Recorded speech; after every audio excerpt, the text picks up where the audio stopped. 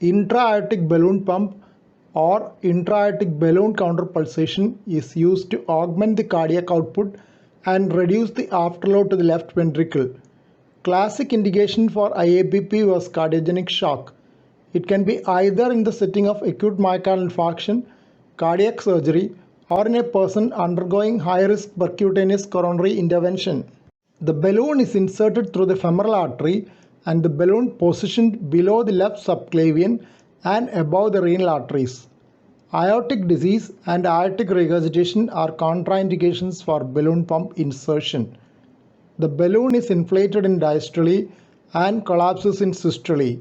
Helium is used to rapidly inflate and deflate the balloon synchronized to the cardiac cycle. Synchronization can be done using either the ECG signal or pressure transducer signal. There is a small risk of paraplegia due to injury to main thoracic intercostal vessels supplying the spinal cord. IABP is the classic condition in which diastolic pressure is higher than the systolic pressure in a pressure tracing. Cardiac monitor screenshot while on IABP. Green tracing ECG. White tracing respiration. Red tracing intraarterial blood pressure. Yellow tracing pulse oximetry. Displays on right side from top to bottom. Heart rate, respiratory rate, blood pressure, oxygen saturation or SpO2. It can be seen that the pressure wave in systole is very small. Yellow marker is placed over the R wave in ECG.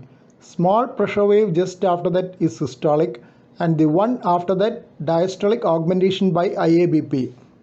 Pressure tracing and ECG while on IABP.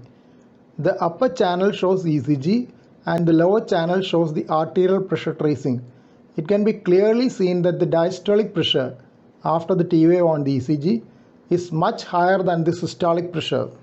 This is because the intra-aortic balloon is inflated in diastole and deflated in systole.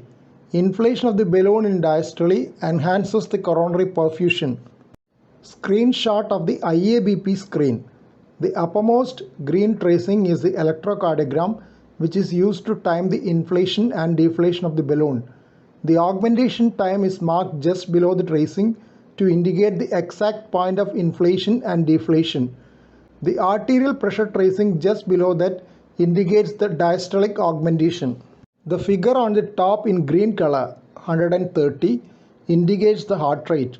The figures below that are the peak, trough and mean pressures from the arterial line. Augmentation level and alarm limit for the augmentation are the lower figures. The filling level of the helium tank is also indicated.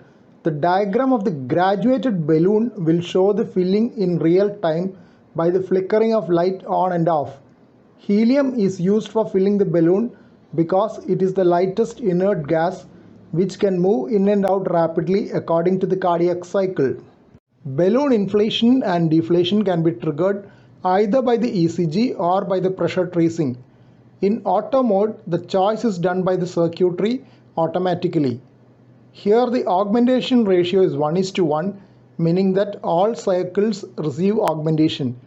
It can be reduced while weaning off, like augmentation of alternate cycles or lower. In IABP-SHOCK 2 trial, IABP did not reduce 30-day mortality compared to control. This resulted in international guideline recommendation for IABP use in cardiogenic shock complicating acute myocardial infarction to be downgraded.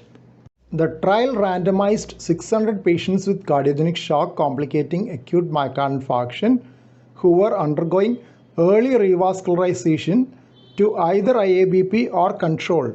At 12-month follow-up, 52% in the IABP group and 51% in the control group had died. There were no significant differences in reinfarction, recurrent revascularization, or stroke. Quality of life measures among the survivors also did not differ significantly between the groups.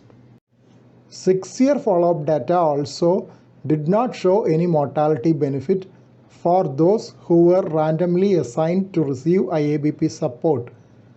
But mortality was very high, with 2/3 of patients with cardiogenic shock dying even with revascularization and optimal medical therapy.